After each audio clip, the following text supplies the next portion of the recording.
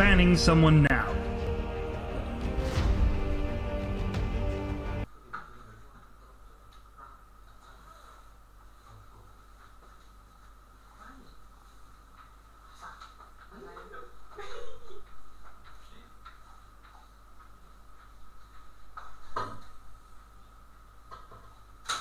Five seconds.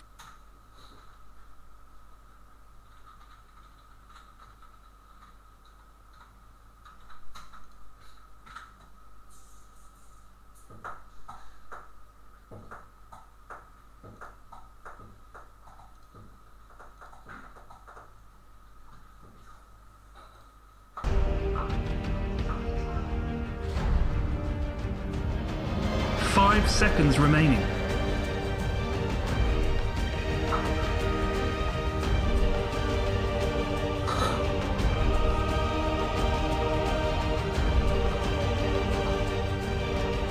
Radiant team banned. Night Stalker.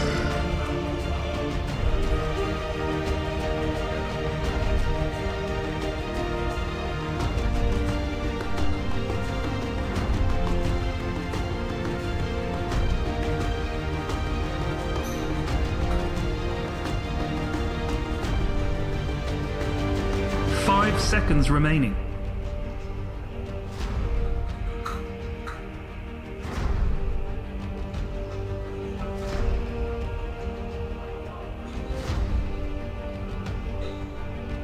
Team banned.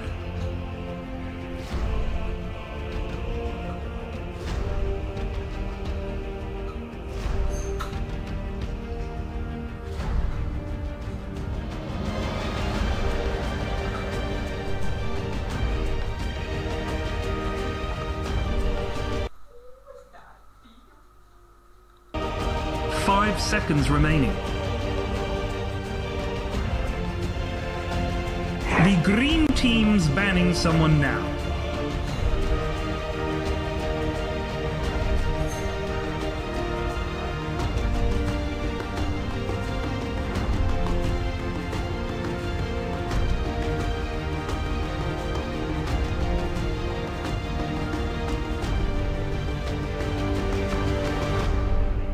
Five seconds remaining.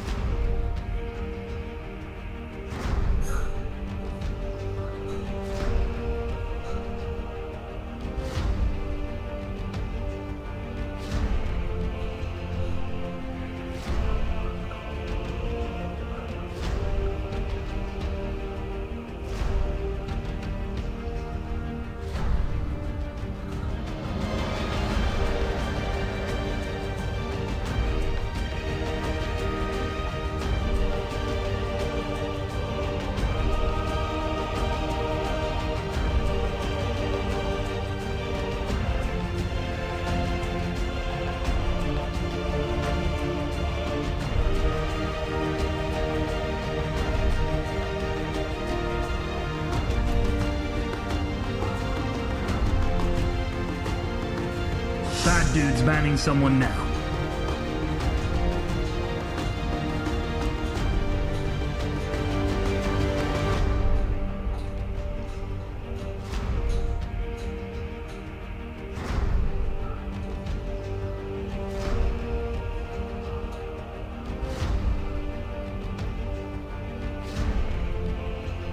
Five seconds remaining.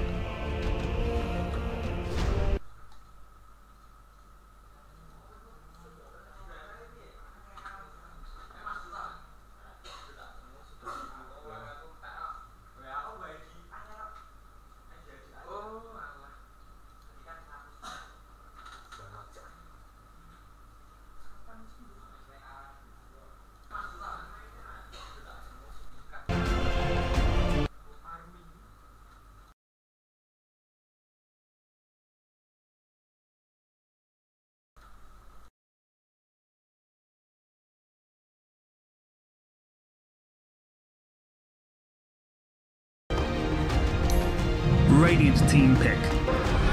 Rubik. 5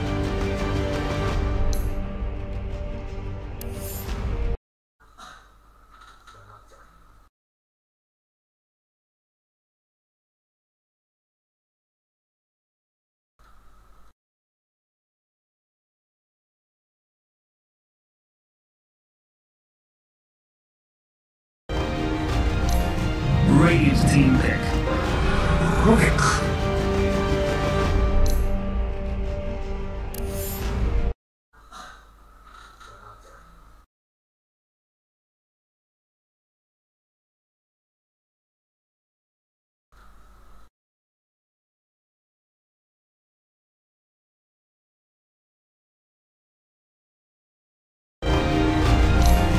Radiant's team pick. Rook.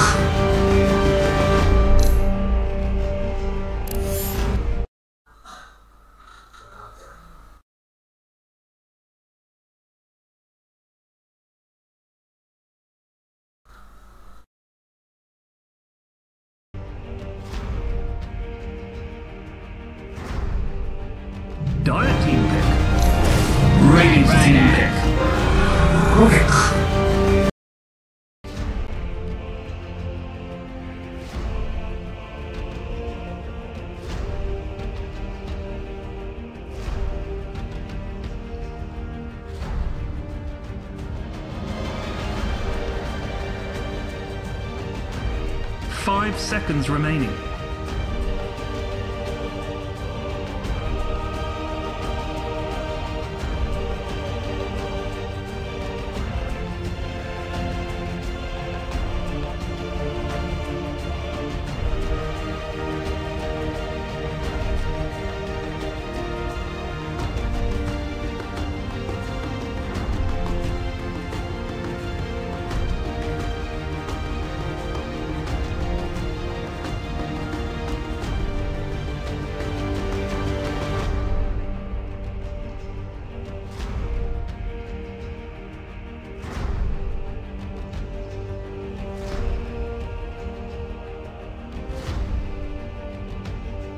Radiant team banned. Life Stealer.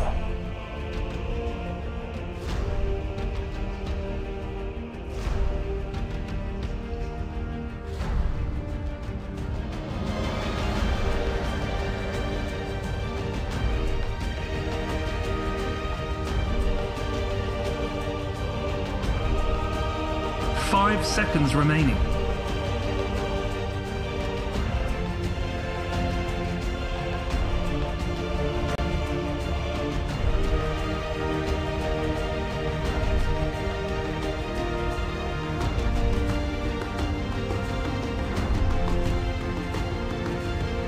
Bad dude's banning someone now.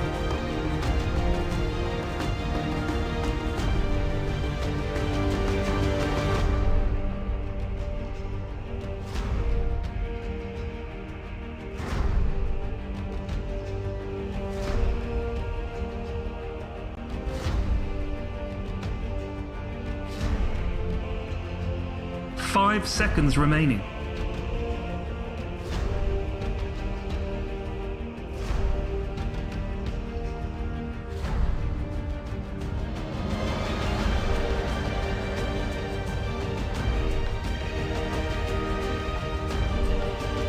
Team pick. Radiant's team pick. Puck!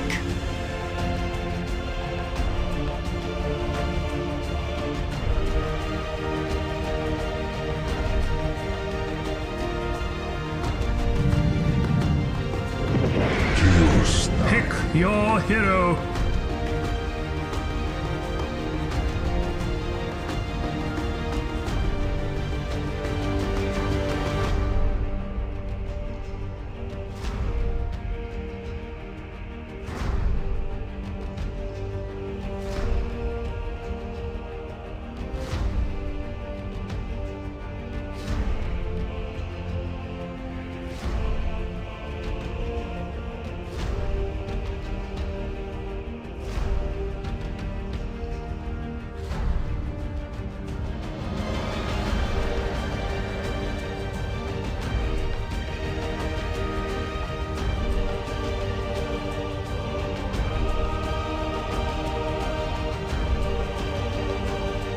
Five seconds remaining.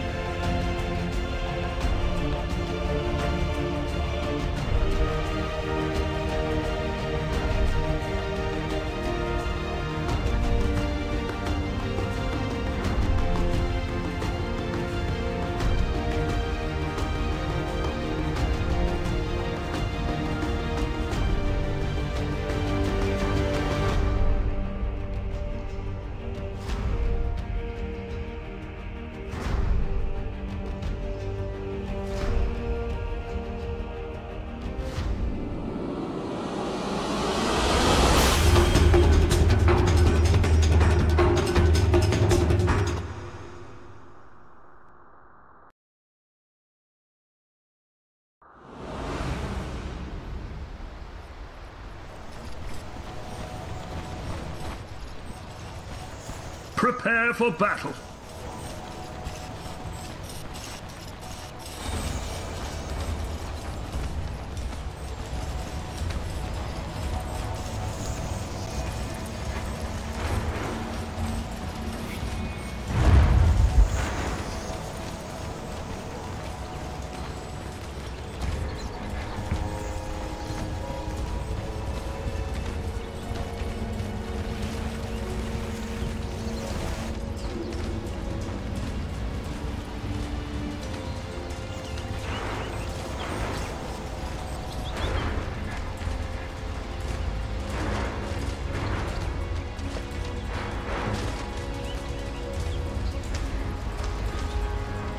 "30 seconds.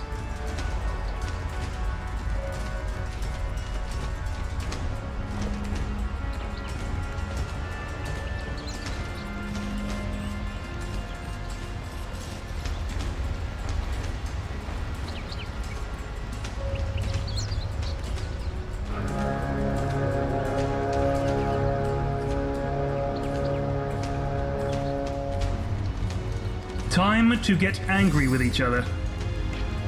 What have you Royalties.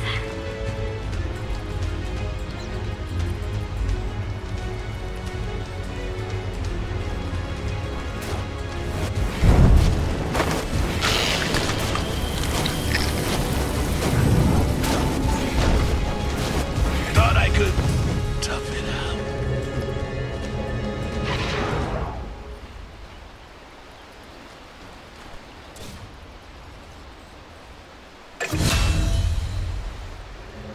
Yo, green dudes, something bad is happening. In your bottom.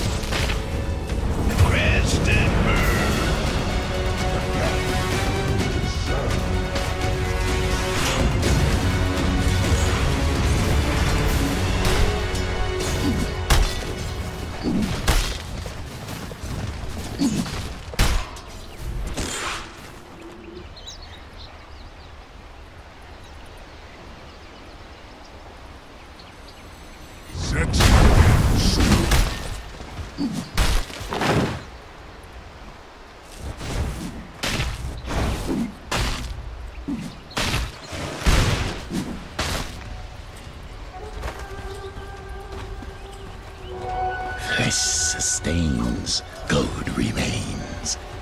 What have we here? Haste! That should help.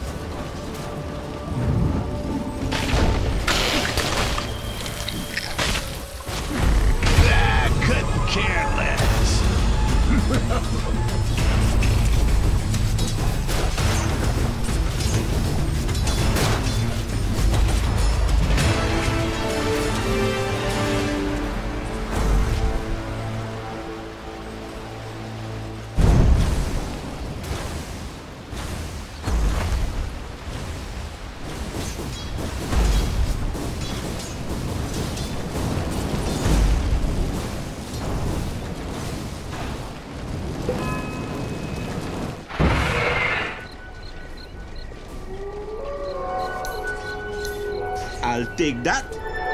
Double damage.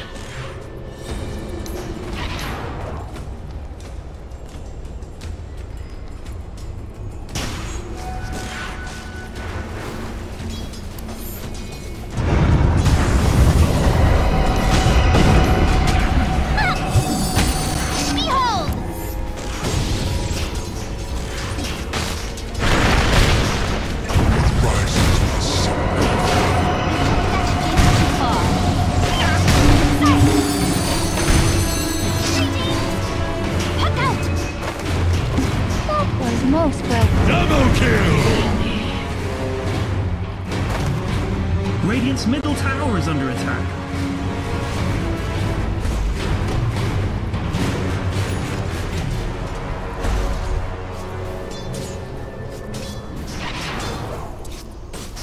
You shall not.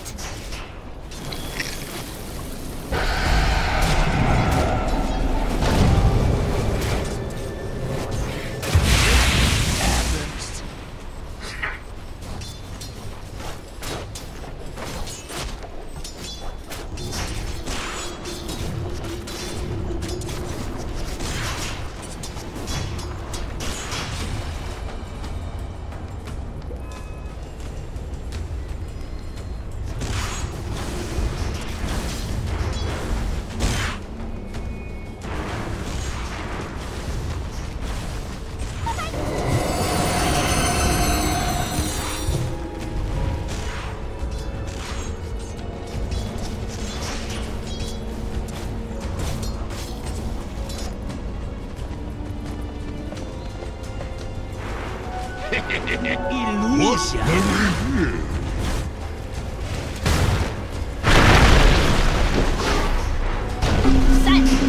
Killing spree! On edge! Strange time to hibernate. No, take that.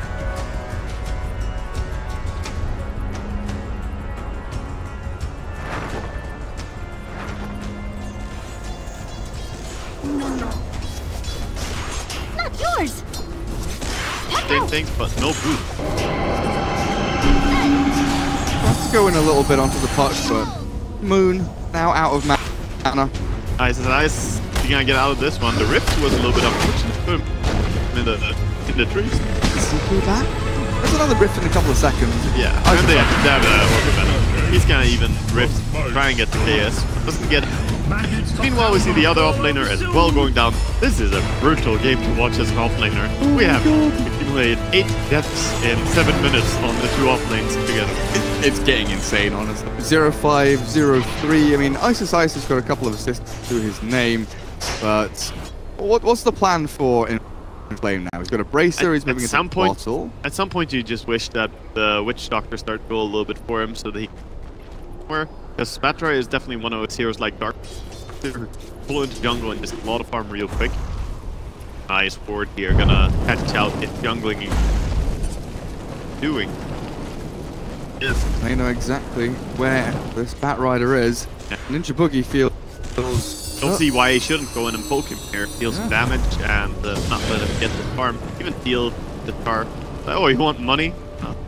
Oh, Firefly's down.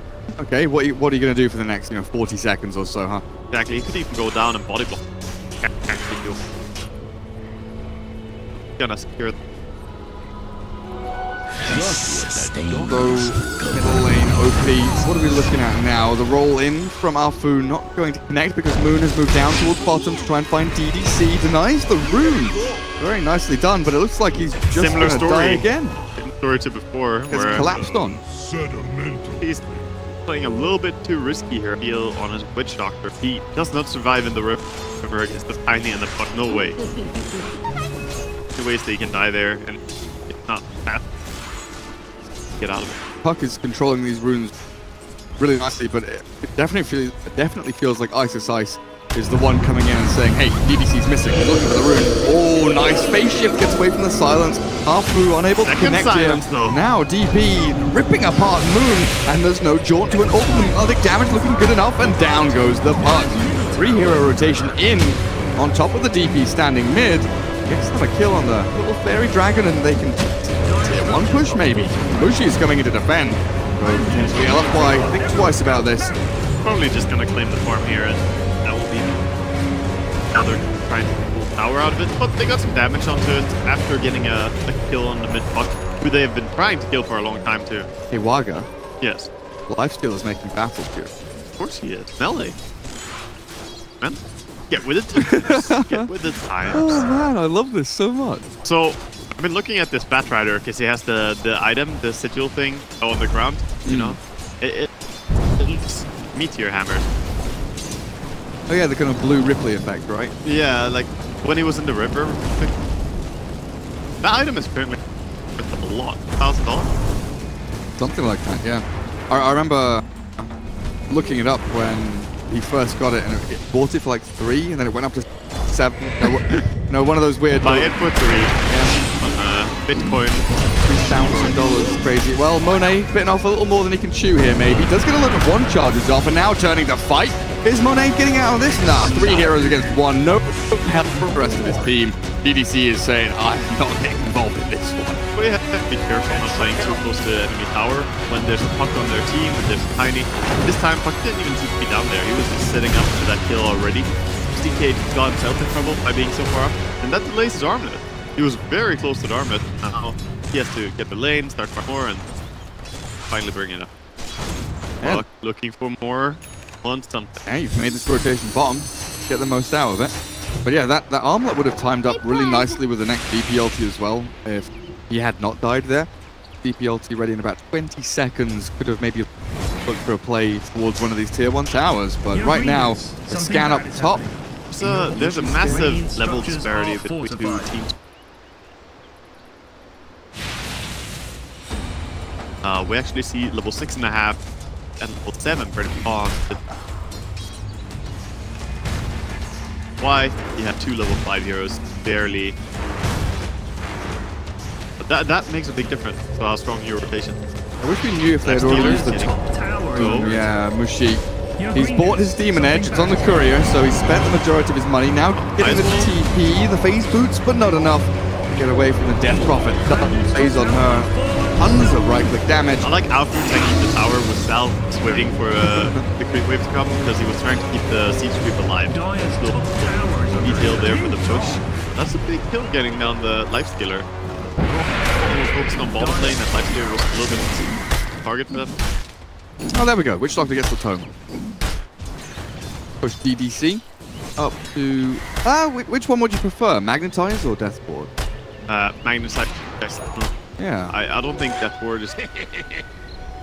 time you will see Magnetize. Easier to get out. Radiant's middle tower right? is under Like, attack. if the enemy Pause, overcommits, please? I'm Deathboard can be terrified amazing, beyond but capacity for Magnetize... Ragnarok. Way more consistent. Yeah, DDC gives it to Arfu. Typically, the like position 4 hero is the one who gets it as well. The way it goes. Nice ward drop. They got mid. Yeah, I saw the dark green on my map and I was So like, he's going hey, bottom. what's Ninja Boogie doing down here? Oh. Dropping the ward. Now he's looking for DDC. In goes Ice, and down goes DDC. Fade bolted into the ground, but they do roll in with Arfu, looking for the Rubik now. Jabs kicking out of the game as the Bat Riders caught one on the back end. They get the final bit of damage from. That's good punishment. Firefly. That's a good punishment. The kill was not worth it. The Witch Doctor is a great hero to bait with. Still, he was level 5, right? Because he didn't read that book, so not a high value kill. Almost level 6. The TP's mid to try and save OP, but the Night Stalker and the Puck have already cleared up the DP. This is the thing, though, that you don't have a great save, right? There's no Oracle, there's no Grave. Where DP gets jumped like this, they can feel pretty confident that they are going to be able to bring it down. Night Stalker silent, Puck silent. It's not a fun time to be DP against that. Tower is under attack. And it feels like one of those lineups where LFY kind of have to defend the DP through aggression, you know, have the fear of the Bat or the CK, but if they're showing on lanes, you know, Bat Rider's farming bot still does get his blink now, so a nice little bonus for LFY. But if they're showing on lanes, then the OP DP is super open, definitely. In general, they have been very good about being aggressive and taking the driver's seat in all these engagements, but they had to counter gank. In a moment like that, they're gonna look for Ninja Boogie to get aggressive. This time, though, a little bit too far. A nice little kill there for Arfu as well. Well, they know that Night Stalker has likely been in this jungle warding, but I don't think they'll understand how deep he's been able to get these wards, honestly. He's done a great job. It's very hard to cover the entire possible warding area in the early game. Play against a hero who invades your jungle. They're only, slightly going in there, sure. He's been running around everywhere. Well, here comes the first Infest bomb with a Battle Fury lifestealer. Veil is up on Puck. Yeah, no blink for Moon. Really risky, actually, but I think they might catch up to here. Everyone silence though. OP is looking decent here with a Spirit Siphon until the Night Stalker arrives with the silence and the stun. Mushi rips forward looking for this cleave damage from this Battle Fury, but is struggling to get it in onto the CK. It's down to this Puck to jump forward and find the damage as Ninja Boogie with jab do clear up our food. I don't know why they've lost 2 here and likely their tier 1 tower, but that was so quick and snappy from Mineski. Like one target into the second target. There was no spread of damage, there was no messing around, it was very decisive and clear as they get the Batrider as well. 3 from nothing. Thin air manipulated into wonderful golden experience for Mineski. That was such an important fight for them because they didn't really have the tools to fight yet on the side of Mineski. Battle Fury, of course, not quite enough to say that Lifesteal is online fighting, and no blink puck. But still, they got it so free. Yeah, it feels super good to win that fight, like you're saying, without the kind of the toolbox that you need. But then winning the fight gives you that toolbox, so the next fight's going to be easier and easier. It is that kind of momentum. Easier. And speaking of toolbox, I kind of hate to come back to this because we've already covered it, but it really shows the downside of not having a hard save hero. Yeah. Because everyone was behind, everyone knew that OP was going to get gone on. He knew that he was going to get jumped, but there's nothing they can do about it. If he gets jumped, he's going to die. So that's a very annoying feeling to have in the back of your head. Yeah. And like you were saying in the draft, this Yule Scepter from DP, sure, will be able to maybe save you from, the Puck initiation, the Infest bomb, but then the Night Stalker comes in and silences you again, or the Time Avalanche tosses you. So the Yules, that one-time use of safety, it has to buy time for the rest of your team to get, a sick Blink Lasso, a big Reality Rift with all these illusions of CK. We really need to look towards CK getting his Blink Dagger pretty much. After the Echo Saber, if he goes Blink, perhaps he can salvage some of these scenarios by being earlier at getting in on the fight. Perhaps he can disrupt the initiation coming from Ice's Eyes. We'll see what's going to happen. Lifesteal did just finish farming a triple campaign, now investing to the Puck. He got Battle Fury armor 16 minutes in with a Blade of Opportunity. Yeah, now he's definitely a lot stronger in the fight as well. That armor makes a big difference. Oh dearie me. That is a very quick kill. 2 hits from the Lifestealer. Mineski not done just yet. If LFY stick around too far. If they have any conceivable notion of defending this tier 1, they're going to get destroyed. So Ninja Boogie really sending a message there, running in even under a tower just to do a nuke. He's like, by the way, I'm on you. There's even Tranquil Boots on the Earth Barrier. It's like, it's not about lasting damage, it's just send a message. This tier 1 is ours. If you try and defend, you will die.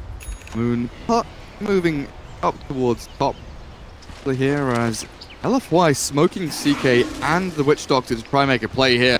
But Mineski have already fallen back. They've left this tier 1 alive.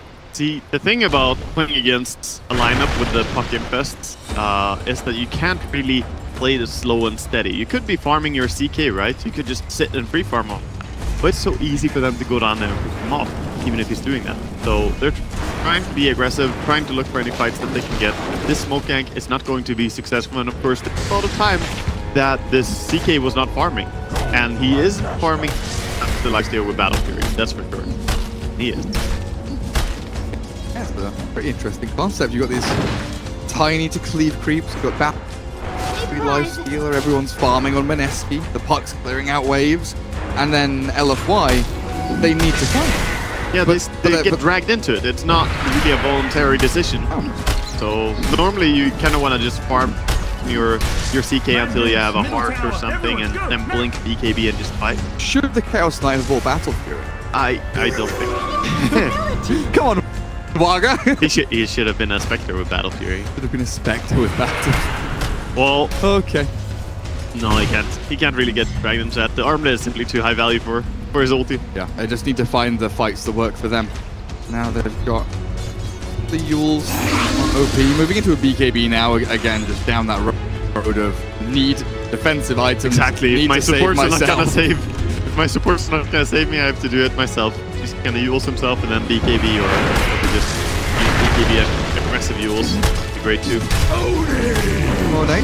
Thinking about a BKB of his own. Oh, Mushi, that just happened thinking so about quickly. some Batrider once again. The 8th time that the Batrider goes down in this game. It's really not been easy for him. Inflame with that blink dagger, maybe expect a few plays from him as his team was starting to group up middle lane, but play top to try and keep Mineski away from that 0-1. Unfruitful for now. They may just have to wait for Inflame to be alive, actually go and do anything. OP farming bottom lane, the rest of the team trying to herd back Mineski mid as they do slice down the Rubik. Bad damage. Yeah, I mean, it's still CK. He still hits really hard whenever he gets allowed to get a few swings off. With the chain stun, they definitely have damage. Coming in mid, they want to defend this. Tucker is gauging for a kill here. Tuck keeping in. Maybe that's off. Out. CK just doesn't look too happy about the situation. Nice little boulder smash to keep Mineski at bay for a little while, but the chase will never stop now.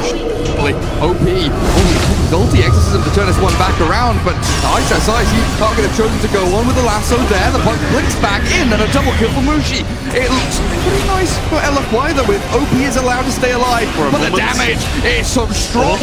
Now, the Spirit Siphons, OP's still going. Now the lifesteal is dropping.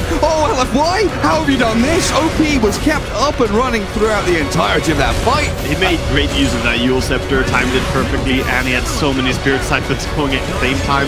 The Night Stalker was not able to disjoint the DP when DP started running in and chasing Tiny down initially. He had the silence ready. I wonder if he just used it and tried to force out the Yules from DP, but now she was allowed to keep it for a long time, made great use of it for staying alive even longer. That is the entire BKB done on OP pretty much. Huge. That's without easy fight. That's without Armlet Phantasm as well. Like, I'm just looking at this thinking, CK was a non-factor. That was a 4v5 potentially, but Mineski did use quite a few spells on that CK to bring him down, and then still walked back into LFY. But whoever made that call to turn and stand and fight on LFY, godlike decision. It was very well executed as well, but you have to respect the exorcism. Whenever you're close to Death Prophet, her damage it's insane. You have to get away from her, create some distance. If one guy gets caught, it's easy to try and go in to save him. That's what happened. They just kind of clumped up and then they were stuck. They were being slowed up by a sticky napalm. They had the Spirit Siphon on them, and no one was getting away from that one. So are we going to looking for a Mushi Assault Cuirass soon or something along those lines? He's going to find it dynamically. He has a little bit of help from their spirits. Afu there, ready to save the day. Mushi's next item feels like it's super important. Like, going for AC seems pretty nice, but I don't know. Yeah, he finishes up higher time Shasha first, and I agree, having an armor item is really, really nice here. You could argue that the Desolator is nice, but I think Assault Cuirass into Nullifier could be a nice build. Right, Shan down to 2,000 HP as Mineski jump in, but there's OP's BKB Exorcism in 5 seconds. Monet stays alive with a double damage rune still going. He almost toggles himself through the damage of Mineski, and OP's BKB now wears off, but the Exorcism is ready to go. Mineski have lost their puck. Are they thinking about going back in? Potentially they are. Jabs and Mushi into the pit. Roshan dead to the dire, and the take from Mushi. Now he takes down OP and he just on DDC. He's like, I'm DP, let's go push. Lifesteal is so hungry, Waga. There's more. Inflame. Caught by either side. Tossed back into Ninja Boogie. Mushi says, thank you very much, but Jabs will steal that kill as the Ghosts Exorcism. Hands of Rubik. Really looking good. As Mineski take that fight. It's a very nice spell to steal on Rubik, and obviously it's level 2 Exorcism. He's going to be able to keep it as well for the next fight if you want to. 113 seconds. He could hold on to that and just use it for one more big team fight, big push. And it's so hard for DP to not give it away, right? Because Silence and Crypt Swarm both have really kind of awkward, animations, cast animations. So. For sure. The only one that's really quick is the Spirit Siphon, but then you need a target close to you, so easy to do it. That was a really nice little engagement there for the Dire. This game is going very back and forth. LFY taking the previous fight so heavily. Yeah, Mineski back in the driving seat, resetting to where they were several minutes ago, pretty much identical there. They have some big items as well. They have Blink Dagger on Rubik with, you know, Path of a Yule Scepter as well being built. Starting to get that Solar Crest on Night Stalker. He's probably gonna run over and finish it. That's gonna help him stay alive quite a bit against CK. Or even just putting it on his own life stealer. Oh yeah, Close to the DP. A great all-round item, there we have it. Crest from the Boogie. As Moon, the Veil, Blink Yule's aiming for this Agnum Scepter. Again, we're looking at these 2 BKB carries over on LFY. No saving support, so... It's a great item against the Death Prophet. You just need to stop her from running in, and when you already see, as you said, the double BKB coming out, then Agnum's on puck. Already gonna be good in that, but just DP's nature, she needs to run after targets, it commits the ulti and then gets puck ulti. That can very much stop the entire fight. LFY all having a bit of a hand section in the jungle Looking here, like farming they want to jungle smoke, camps, yeah.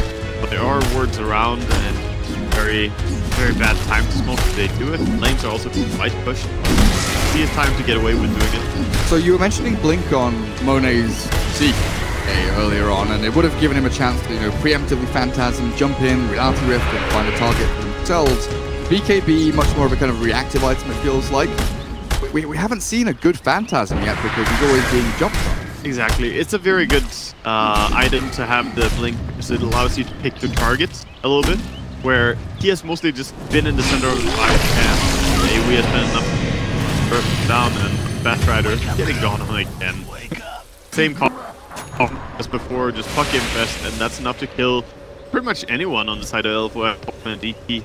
At least the Batrider isn't 0 tenant. He's got a couple of kills to his He's been part of stuff. He was instrumental in the DP killing everyone on the mid lane. The sticky napalm combined with Death Prophet, definitely a scary combination. Oh yeah. Turn right stuff. So annoying. The slow itself and then Spirit Siphon slowing you as well brings you down to the standstill. Mineski though, classic move. Start getting really deep wards in here. Look for the smokes, look for the push out of the base, and just, you know, hem LFY back into these tier 3s. They'll be looking for this tier 2 tower in short order, but for now, keep farming away. You know that LFY aren't really in a position to run into your Aegis Lifestealer, and you were mentioning the Nullifier, and it's here for Mushi. Yeah. Main target DP, I guess. He buys it he buys it one item earlier than I expected, but with the puck infest ganks, that makes a lot of sense, because you can silence the enemy with the puck, and then you just use Nullifier as well, and you could kill anyone. Even the DP and the CK are good targets. And I believe if they jump on, she Yule Surge herself, you can Yule Surge down, and she cannot BKB. If you nullify it, that is, you can purge her down from the Yule Surge. Okay. So that's a really strong item. Big. People are starting to realize when it's good. First, we didn't see it used at all, but lately, like the last 3 weeks or so, we have started seeing more use of the Nullifier than LFY finally get the ball in their court. Got a push in bottom lane, force Mineski to react, but then you look at the rest of the map, top lane, Radiant tier 3, and LFY are like, hang on a second, we've got to come back and deal with this. We'll TP away. They really do. Night Stalker, he senses that this could be a moment for him to go in. He doesn't want to be ultra aggressive in doing so, though. Team can't really keep up with him if he charges in. They're gonna see the people running back now. Witch Doctor runs into a ward. They get information that everyone pulls back. But I do like that. LFY gonna try to time a fight around Roshan expiring or Aegis expiring. They're just going for something up here. The scan was successful in finding. OP as well. Let's see if he can do the Nullifier play. Big target to go on, but they've switched over to the CK. He gets his BKB Phantasm off, and now Muchi, he's deep in here with the execution going. They've got to turn and run. Oh, it's a silence stolen by Jabs. That's not the ghost he was looking for. It's the face shift from Puck. Now the blink from Moon gets a little bit of distance away. LFY scared though. Still panicking. one fight. Yeah, still one fight by Mineski, despite the fact that they're so fast at getting out of the fight. Wow. So that was really, really big. They forced the BKB on both the cores. They forced the CK ulti and the DP ulti. This is pretty much go time. You can't see a better opportunity than... It feels like that's, you know, 70-80% of LFY's strength in team fights now on the drain. At least their damage, yeah. Their control is still there, but what good is if you can't kill anyone, right? So you're definitely looking to do some damage here. Careful, please. Number 11 coming up right now. Batrider dies again. Mushi on a killing spree this time. The Nullfire has such a satisfying sound. Really love it. You know, I want to buy it more just for that reason. I want it to have a nicer projectile. It's so like minuscule and puny. Little purple things playing out, but Witch Doctor Glimmer will not save you from the outright nonsense Mineski's throwing you away. The tier 2 easy brings down for them.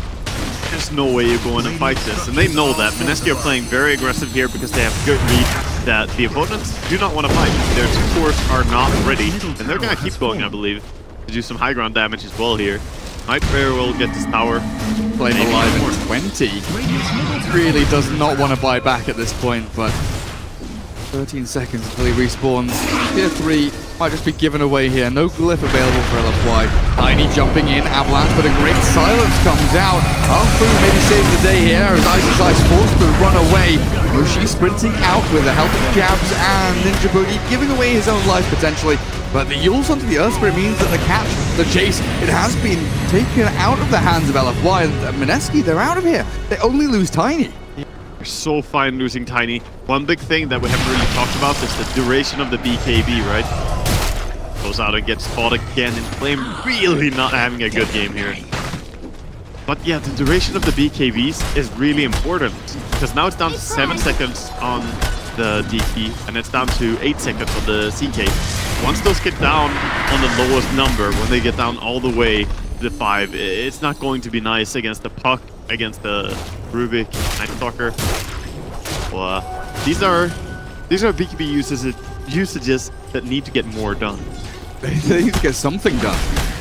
Feels like they're trying to escape and survive, but Afu dead in his own jungle. They have great wards down and they just play towards it. They punish so quickly. Even the Rubik turned himself into an Infest Bomb or a Lifestealer. Because he has to blink Yules, he can just initiate super hard.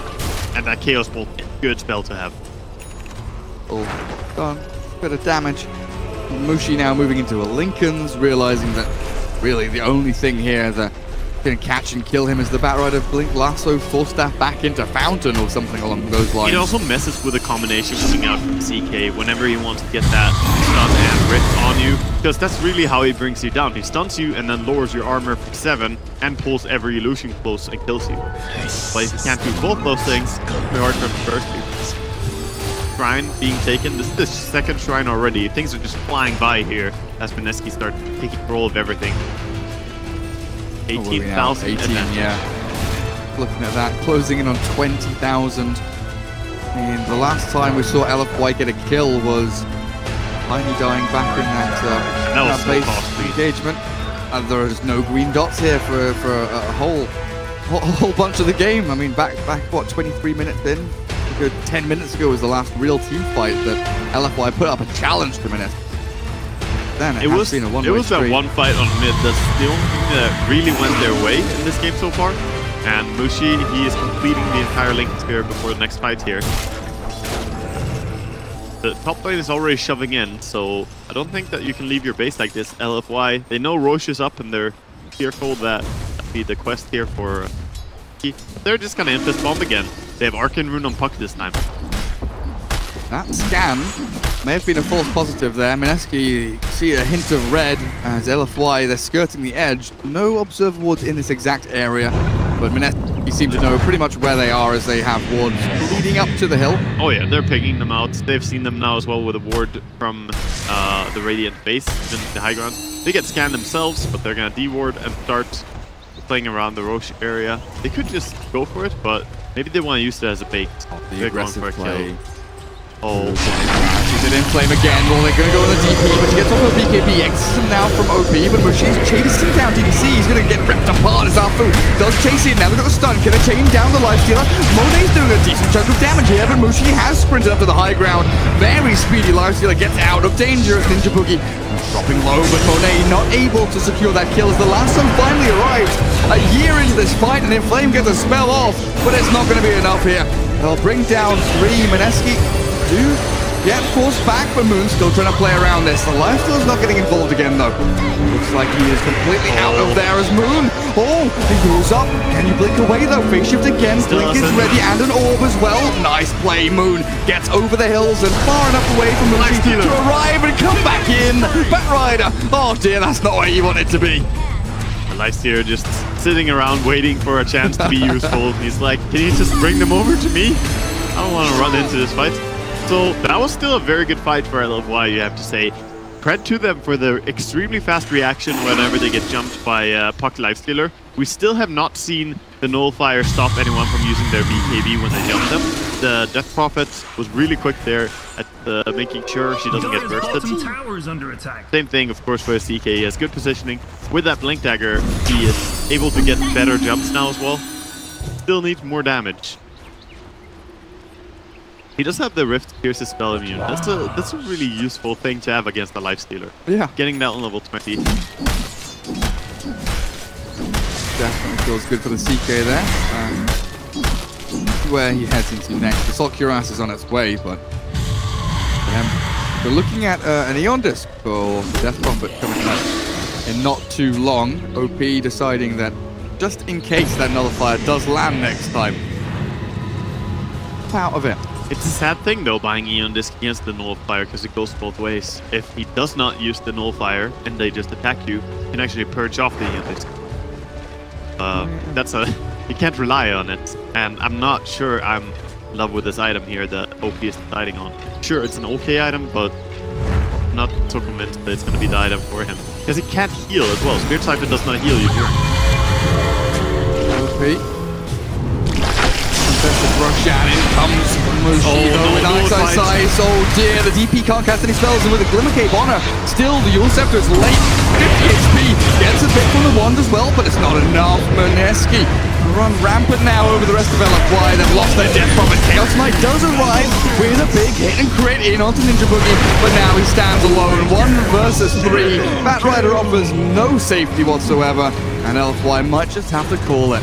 He just doesn't do any damage onto a Lifestealer when he goes there. There's too much armor on Lifestealer, 28 armor, 20% evasion, and you're simply not killing him as a CK here.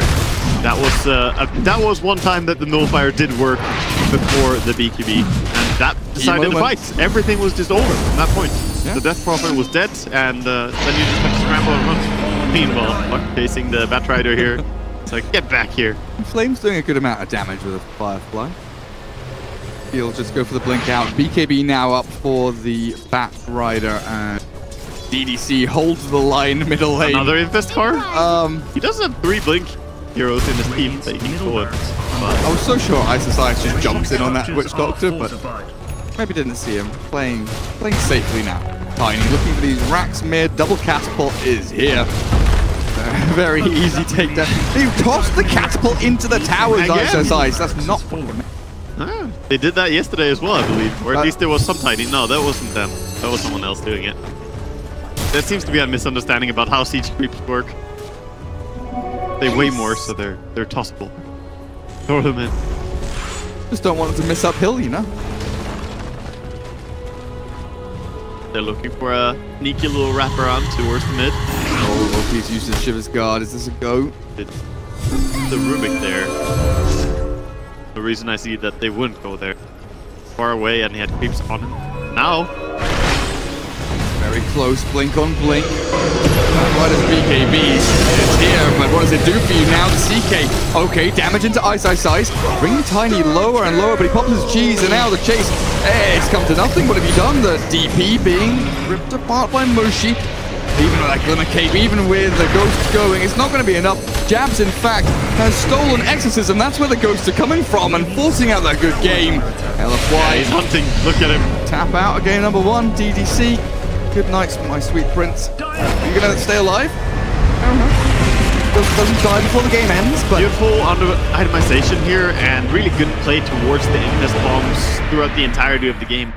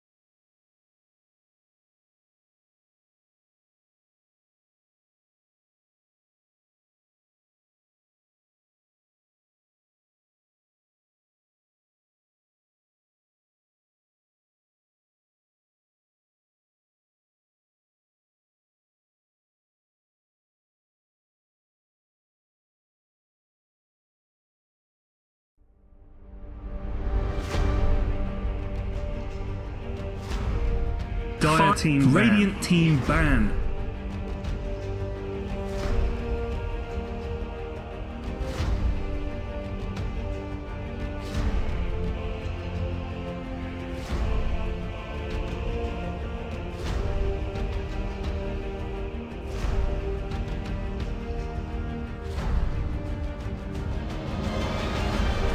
Five seconds remaining. Bad dude's banning someone now.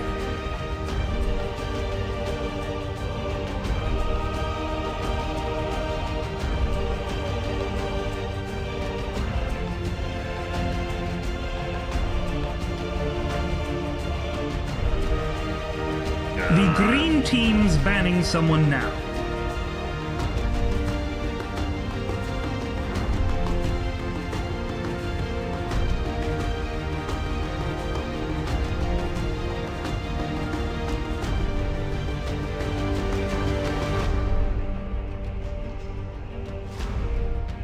Dire team ban.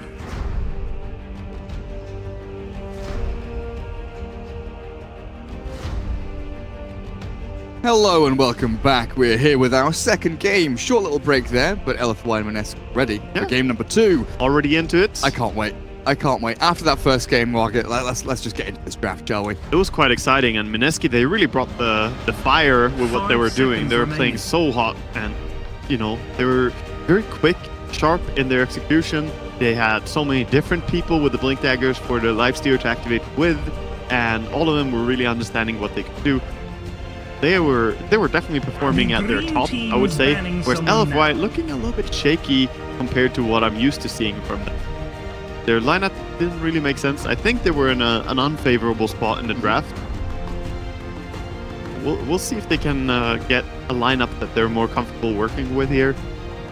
For the bans, we're going to see Bounty Hunter banned again, something they just respect. I believe they banned it in the... 5 seconds remaining. Tusk and Bane.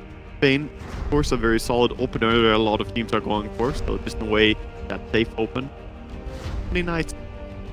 Thinking about the third ban. Yeah, I really want to see that OP Tinker, but 2 games in a row now where its first phase ban doesn't look like we're going to be seeing any of that. But it does lead me to a question that I want to ask you about, you know, bringing bringing a new player in, you know, straight into a LAN tournament. Do you think LFY have to think about playing around OP, or does OP have to really kind of knuckle down and play with LFY, drafting-wise? I would say that OP is capable of playing enough different heroes that he should be fitting in quite nicely. It can be more about communication when you're new in a team and really making everything fit. It's hard to really say that it's about a tangible in-game thing sometimes. It's just about clicking together as a team, right? You could see it in Mineski in the previous game that they know what they want to do. They're so quick to execute, and there's very little hesitation. Whereas if you're fresh in a team, you might not already be comfortable enough to make the quick plays. So, anyway, we'll see if he gets to play a hero that he's comfortable on, but like I said, he plays quite a few different things. Tiny gets picked up first here for Y, and Rasta. We haven't seen many Rasta. Like, it's been banned a lot, so reason we haven't. But Rasta Sanking as the opening here. Of course, powerful tool to have in your especially in a time where people go for Aeon discs quite often. No. Sanking offers you that possible hero, potentially the Ice one, but more likely than not will go one of the supports, but just gives you a ton of lockdown, team fight push. You know, this opener along with, like, you know, Clock AA or Sanking AA are some of my favorite ones, because you have supports that can go and do stuff. You know, regardless of the game state, you're going to have stuns, you're going to have power pressure, you're going to have some way of clearing waves. They really are this kind of cool pairing of support. While LFY go back for the Stalker after. Something they played against in the previous game, right? The Night Stalker of Ninja Boogie. And I was mentioning towards the end how that vision that you remove from the enemy, really hard for them to be the aggressors. 5 seconds remaining. This time on, it can also serve to allow Tiny and Night Stalker to play aggressive together. Banning someone now. But I think Sanking, it could be one of those versatile picks here again. We saw Complexity earlier, where they picked up a Sanking, could have been support, and then boom, it's Moose suddenly playing it on an off lane. ISSI is more than capable of doing the same thing here. they want to do a bait and switch. Probably this is going to look like the two supports for sure. Could always change it if they want to. And that's a tool to have. It's not like they're decided on doing that yet. They can see a little bit how the draft plays out, and then it can be, oh, we want to have a different position, or we want to have a different ability. A nice little odds there for them. So we're moving into the second phase of bans. Batrider removed. Mineski do not want to give the Batrider Night Stalker combination that so well known and loved, especially from the Chinese region, while LFY now start to focus on some Mushi's hero. Terrorblade gone. We remove the Spectre, get rid of the Battle Fury heroes, the TB Spectre. Oh yeah, Life Stealer now is on the list. Typical Battle Fury heroes. The classic traditional. one. 5 seconds remaining. It is interesting to see that this is something that so quickly spread across all the regions, because very often the Chinese scene can be more conservative when it comes to itemizations or even drafts, but I think over the years they've started to become quicker at adapting and taking in new things. And I'm also not saying that that was an unwillingness to learn before. It was more that they were traditional in terms of their execution in Dota. Now it's a little bit more fluid. There's definitely more sort of traffic from region to region now as well. You know, you have people kind of holidaying, you know, playing in pubs in China or Southeast Asia, or and more just transferring tournaments. Teams, more tournaments. You know, there's just more kind of spread of information. You know, the dissemination of strats and builds and stuff is very. That goes back to Dota 1 as well, that there was pretty much no spread, so you would see extremely different metas in different regions in Dota 1 days. That was very fun to witness. Nowadays we don't really have that so much, with so many great tournaments pulling teams from worldwide to come and compete. There's only one of them. You get to see a lot of teams just going up against each other. It's really a treat. Like previously, you'd go onto Gosu Gamers and download a replay and like, oh, how does Bimbo play puck from the Philippines? You know, what's he doing? He buys Dagon. I've never seen that before in Europe. What's happening? And you're like, okay, this is Dota 1. This is rolled. DK banned out by Mineski. Pushing hero. Solid all-rounder that OP can kind of just slot it into the mid lane, no big deal. We've seen a bit of safe lane and off lane DKs, but there would have been there. Hunter banned by LFY. There's specials. Sure, that is a very powerful hero to have against the Tiny in the fights later on as well, due to the anchor smash just remove the damage. But that right now, it is a tough lane matchup anyway. Though if you ever pit the Tide Hunter against Tiny, it's not as easy as anything. Enchantress. Oh, we're gonna see an Enchantress coming out. Enjoy what I'm seeing here. And again, this still keep that flexibility. It's like, oh, is this off lane? Is this the port? Yeah, it could be either. So really depends which hero looks like it's gonna have the easiest time on the off lane, and they'll go with that. Not have to be set in stone. Doctor, all right, another one of those stable. A lot of different stuns, a lot of different disables from the side of LFY, and the Maledict is very useful for bursting down the enemies later on. And the Death Ward, I guess. The Death Ward, yeah, for sure. Tons of physical damage that does not get slowed down. So long as you can get to level 6. Oh yeah, that was the struggle in the previous game for LFY. The Mineski supports were flying ahead, and the dangerous thing when both of your supports are struggling to get level 6 or 7 even, holding the entire team back. Radiant team banned. Heal. Shadow Fiend of LFY. There we see the Tiny SF again, combination that we saw yesterday and that we were talking about in the previous draft as well.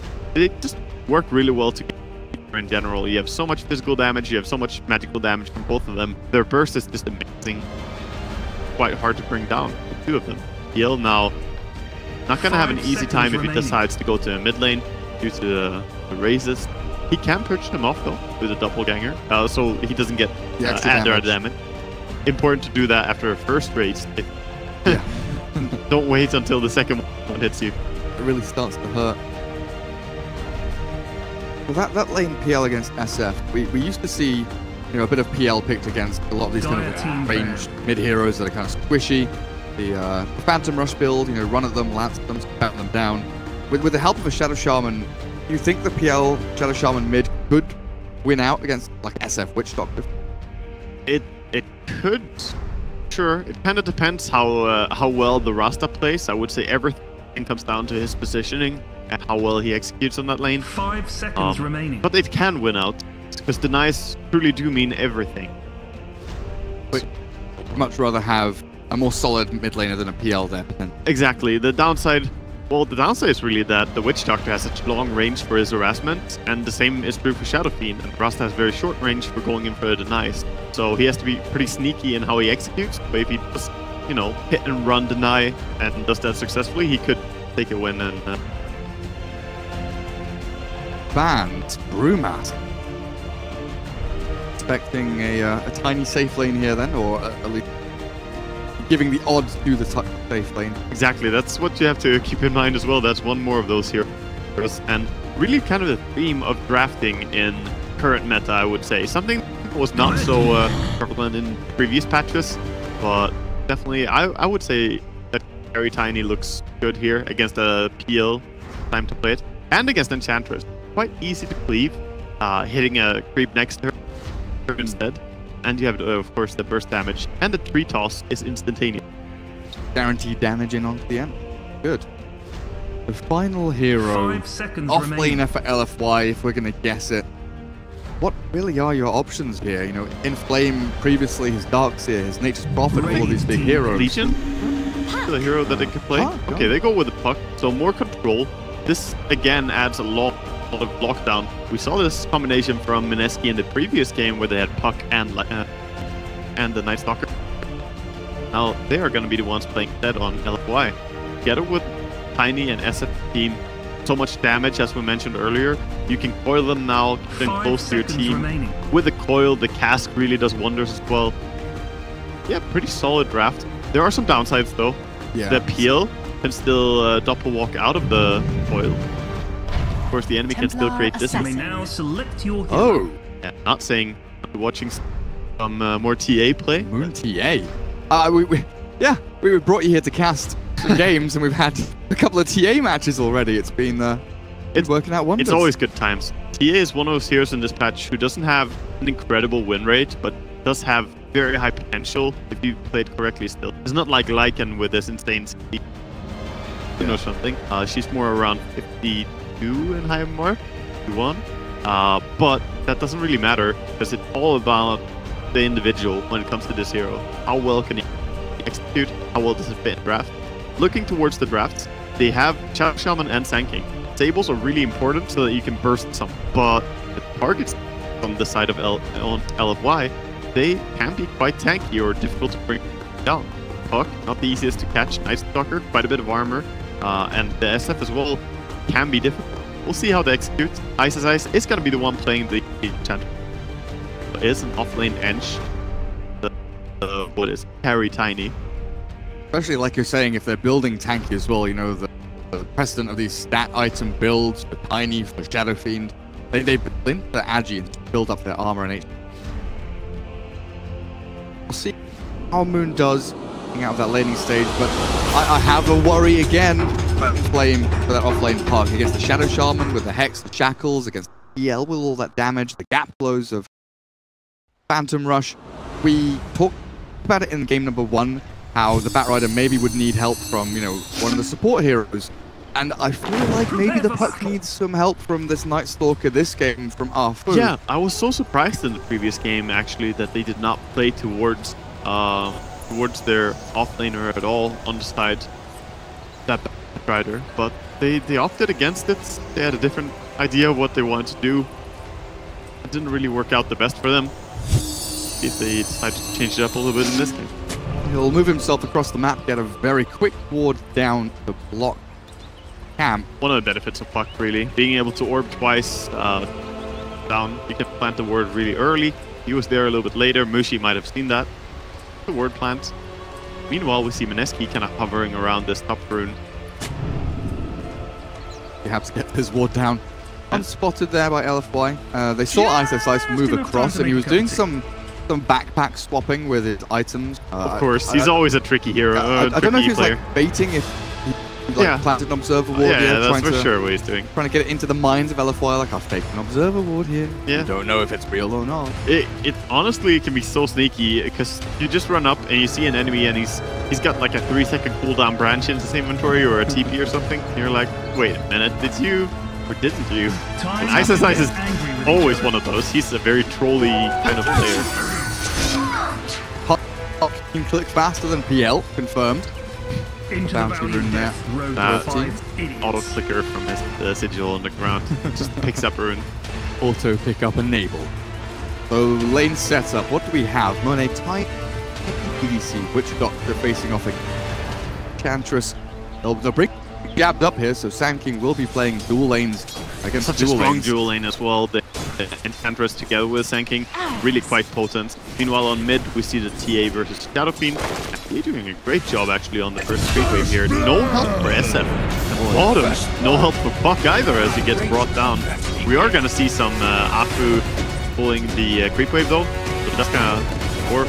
He was just standing there staring at it. I was freaking mesmerized by mid, to be perfectly honest. Oh yeah. Apologies for missing that kill bottom, but Moon just like spiraling around, getting side blade splashes, OP trying to dance around the TA. He's doing great actually on the TA. He's completely winning.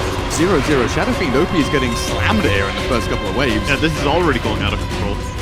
It's almost unheard of to not help your Shadow Fiend on level 1 though. We see tri-lanes mid, we see a lot of people playing mid, and look at the 7-5 against 0-0. This is insane. Like, you left this lane alone, now it's gonna suffer. When is OP gonna get his first last hit? I don't want to look at these other lanes. I don't care if people are dying. We're staying here. Okay, Tiny's dying, Tiny's dying. We have to watch Monet drop here. He hasn't got one hit.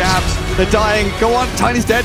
Mid lane, last hits. Come on, OP. Get it. Get the CS. Get it. Yes, we did it. Okay, we did it. We believed, and OP will get his first and second last hit of the game, popping a salve to get himself up to a decent amount of HP as well.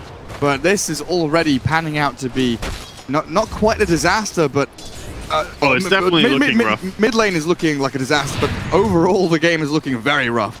I mean, Ice is having an impact on top lane already with that first kill that they managed to find there. Puck has already been killed as well. This is starting to shape out to be a lot of responsibility on the Night Stalker to start doing something. He is heading for mid, but at this point, he is level 3, level 4 even now. You're not going to be able to kill her if she gets the refraction off, unless she tanks a lot of creep. That's the way she dies. This is actually insane. Oh yeah. 15 and 10. Yeah, he's completely destroying him. How does this happen? Well, I mean, Monet's going to get stunned up top. I don't think they can really bring the Tiny down. Ice faces off against DDC. They're mostly just dealing a lot of damage to him, though. Even if they don't kill him, but maybe they can. Ice has the Dark Troll. He netted up Monet to continue this chase with another stun from Jabs. They'll have this kill as well. The 2-man lands on Witch Doctor. They're going to look for another one. Oh, Ice. One more hit is all he needs. Jabs going for the dive with the salve as well. The DDC cancelling it out. He's going to TP. The final bit of damage. Jabs is back to Fountain. Oh my god, Ice! That is the craziest TP. Mineski, you're so fucking good. This is ridiculous. Yeah, they're actually playing really solid right now. You can't take anything away from them. It's an outstanding performance in the early game. My jaw is on the table. Yeah. Every one of these lanes. Yeah, they want to win. They don't want to go home. They want to right here, right now. Of course, these are elimination games, and LFY, they're just one game away from it, and this is not looking like a good start for them. So break it down for me. How does Moon do this? How has he slaughtered Shadow Fiend? Well, it really just comes down to positioning for side blades, which can be difficult when there's 3 heroes playing mid, right? But when you're just in a 1v1 matchup, you force the SF to just position himself a lot, whereas you actively control the creep equilibrium. So he's just done this perfectly. Obviously, when it's played like that, it sounds like, oh, it's just easy, right? But no, he's played so good on Let's get tapped by the Razors there. But he's level 5 against level 3. And that is not something that you want as SF to fall behind levels. Because once the T gets level 6, you know, if you don't have a sentry, you're just dead anytime you show. And then you have this Puck being forced out of lane. The hasted Ninja Boogie Rasta. 1-1-1 across the build. Again. Running away from Alfu, but not running into Inflame just yet. But mid lane, oh god, no. No, Jabs, don't do this. Okay, they see them. An Observer Ward for Dire knows that Sand King is coming, so OP shouldn't get Really hit too hard by the Sanking rotation. Yeah, he's done quite a good job on SF to recover. He's up to 14 last hits now. Still, though, pretty far away from the 25 of PAN. Of course, she has 17 denies. That's more than his entire last hit, so still not looking easy. Ninja, or, sorry, Afu with the TP top. Stuck in last game. The boogie on nice stuck. Well, they land in the stuns with the Maledict. Ice is dropped very low, but a sick two-man borrow strike. Jabs on the money there. They're bringing more in. Rasta's TP top. The boogie. Now he comes in. He wants to play. Yeah, they're trying to give a chase here onto Tiny. He does have his combination ready, though. With the angle. And they're gonna try onto the Sanking, who gets the stun out. Oh, strikes away, and now the shackles. There are no more stuns remaining. They go for the Hex, but the Maledict's on the jabs means he has to fall back. One hit or a toss. Yeah, Jabs is dead. They got him. What cost? They're going really low here. Oh, the Orb of Venom on Ice. Oh, we need Spot. 2 more hits here. It doesn't look like he'll get them. Monet looks around with it a little bit longer. Then we look back to middle lane, and Waga, it's that level 6 you were talking about. Almost a full here. 2-level advantage now as the TA. Well, it is a full 2-level advantage, and TA is backing up. Has a trap on mid, gonna try and get some shrine heal to get the mana back. Even her friend Rasta stacking for her. Why? But they're still so fast. Now with the boots and Aquila looking scary for SF, but he has to go jungle quite soon. They're gonna drop a sentry mid, I think. The witch is swinging by at least. I think that's reasonable. You need to have one. But TA could by her own sentry and again have that trap control bug to go down on this lane.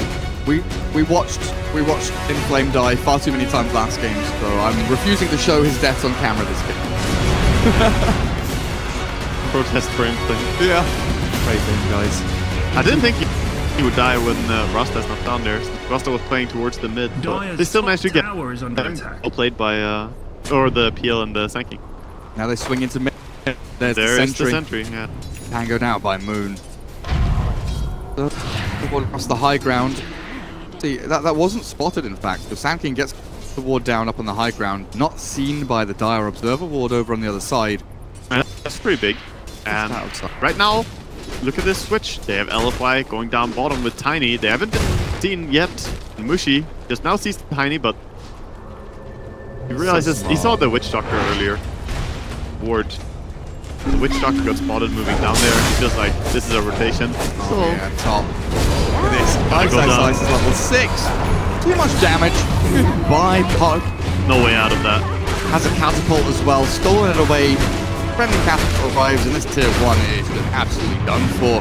LFY will try and maybe put a pressure bottom lane, but no, they've smoked up their 2 supports, moving from east to west, heading into mid, looking for a play onto Moon's Templar Assassin. He wants to stack up the Ancient, where they will her if try this gank, but they're so far away from it. She went for bottom Ancients, of course, but that's the less safe one when you just saw the enemy playing down on the bottom. I'll take your tribute. Would be nice for SF to get some recovery farm and even clear an Ancient stack. Looks like Monet is heading over though. No, give it to OP. Tiny don't need no DD. He's fine without it. SF is the one who's really needing to recover here, but everyone is doing quite well on the side of Radiant's force. DDC just took 1 Psyblade splash and a third of his HP is gone. It's tough life, you know, but he's gonna use the only item in his inventory to recover that HP. The Tangos. He has a ward as well. 300 living that poor life. Go on, farm this. Just get yourself boots, DD. Full man. Stop thinking about other people. Think about yourself for once. This is really balling out of control. Looking at the net worth of the different heroes right now. Yeah. I mean, it is brutal, the advantage that even the position 4 Sanking is taking over the position 3 Puck on the side of LFY. And then we're looking at the item. And here it goes again. Going in. Forward strike in. Raindrops are here though for Inflame, so a quick jaunt across might just be enough to save him. Yeah. Fine. Still hurts to get forced back to base like that again. He needs time to farm up. He needs to get his items so that he can create some action together with Night Stalker and Night Stalker and Witch Doctor. But again, it's Mineski kind of winning lanes, getting a ton of farm across their core heroes, but also itemizing. I feel they itemize really nicely to have a spread of like scaling, but also instant action items. Where you're looking at, Blightstone into Deso for the TA, while PL's going for Battle Fury. So you've got some damage, but also some farming capabilities across the two heroes. To be honest, both of those are just taking the safe route of farming. So TA Deso is mostly just a farming item where you will keep farming the Ancients quicker. Over the Blink, I guess. Exactly. Yeah. The Blink is the alternative where that would allow you to deal more damage and fight with your team. But I think it's the correct decision to go Deso here. I don't see too many reasons not to. And likewise on the PL, he's just playing it safe, farming up slowly here. Whereas Enchantress is the one putting pressure, and Sanking really as being the biggest aggressor. Get ahead and stay ahead. Mothra, Fiend farming jungle with the DDC. Yeah, the party farm. He's like, I need level 6, sir. I'm level 4. I can't show on any lane, sir, or I'll die immediately. I don't have a home. It's a sad story right now on LFY. It really is mid. I like that EA is putting some pressure onto a tower here. Needs to be careful about a cat TP in or something, but she has players behind her as well. Out there. Rasta does have level 6 though. They should be taking some towers soon. Moon pops out all the refraction damage, clears out the wave. Where is Ninja Boogie? Going with jabs towards lane. Ice. Set up a nice little home for himself. Radiant scan on themselves as they do swing in to look for Monet. Oh, there's trouble for Tiny. Yeah, he is absolutely screwed. Weapon board's placed for good measure. Will secure the tier 1 as well as jabs trapped inside the wall. I've seen this before. Not an Undying, but Sanking this time. So LFY, time to react, time to respond to Mineski's aggression as Ninja Boogie, the support Rasta, will take a tumble, but that is not what they want though. They will at least be able to farm up the wards here if they're quick about it. And Rasta gonna try and deny them. Deny 1. Can he deny more? Deny 1 more. It's not easy to deny these because, this goes 3. That's 3 denies. That's 100 gold they took away from them at least. So it's important to pay attention to this.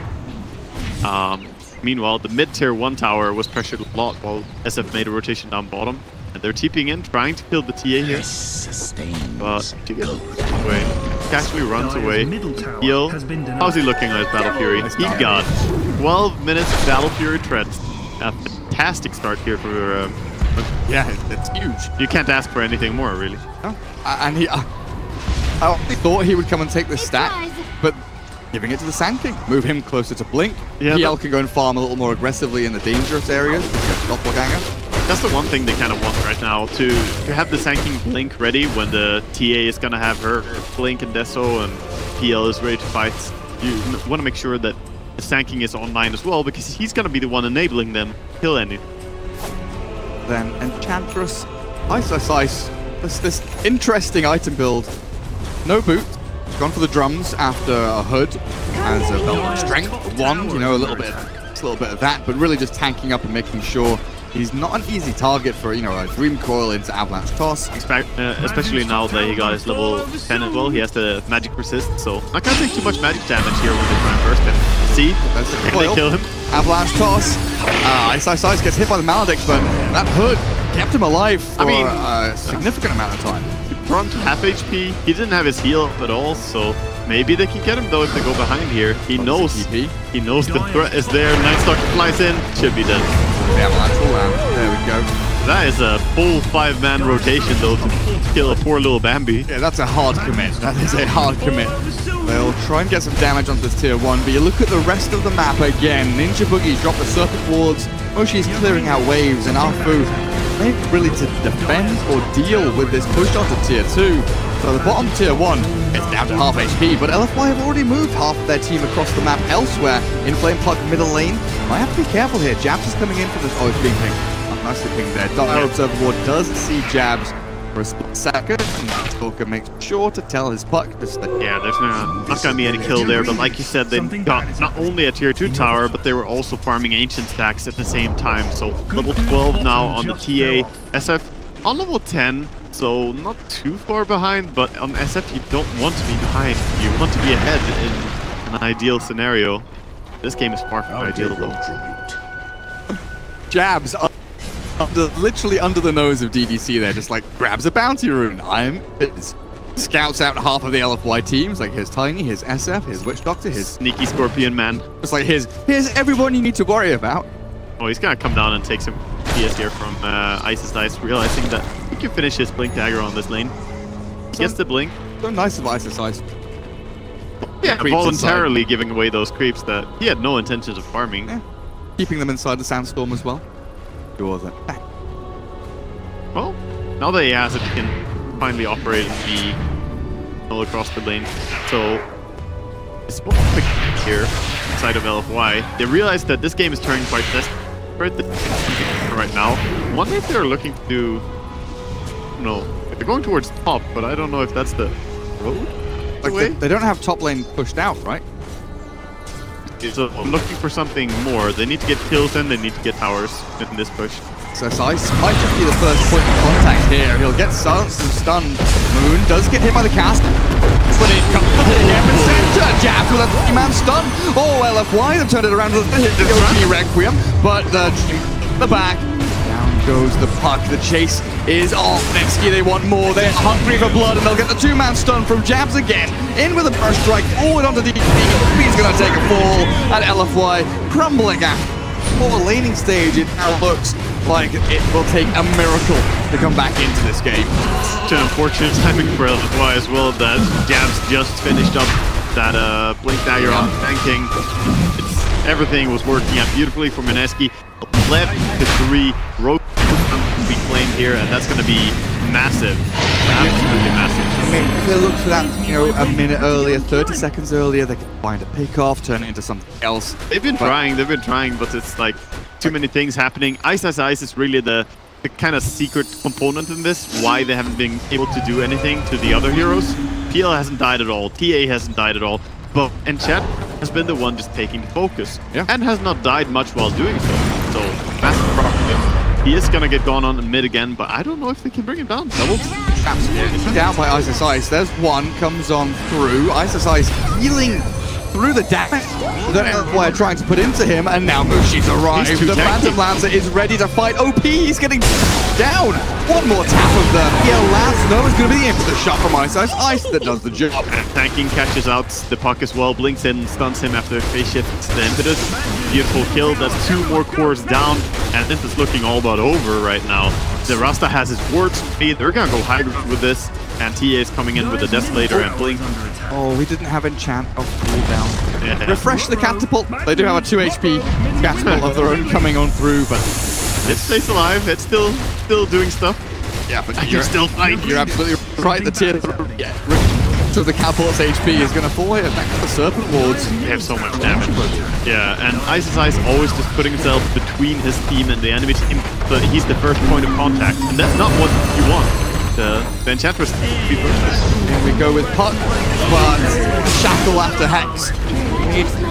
Dispatch the Restore Twitch one by one. They're filtering in. Alpha is going to drop. Monet tries to get jabs and will succeed. Kills the Sand King, but it is not looking good. GG is called. You're absolutely right.